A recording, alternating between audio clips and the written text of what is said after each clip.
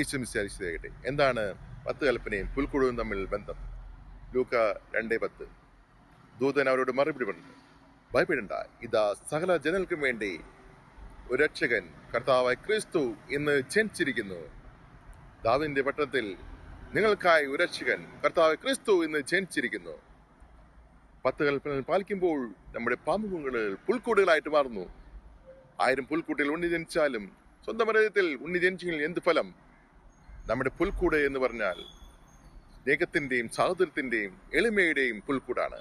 എന്നാൽ വിദ്വേഷത്തിന്റെയും വൈരാഗ്യത്തിന്റെയും മദ്യത്തിന്റെയും മദിരാശിയുടെയും പാമ്പൻ കൂടുകളല്ല, പിന്നെയോ ഹൃദയമാവുന്ന പുൽക്കൂട്ടിൽ സ്നേഹത്തിന്റെ രക്ഷകൻ ജനിക്കുമ്പോഴാണ് നമുക്ക് സ്വർഗത്തിലെ പോലെ ഭൂമിയിലുമാവുന്നത്, ആത്മാവിൽ വീണ്ടും ജനിക്കുന്നത്.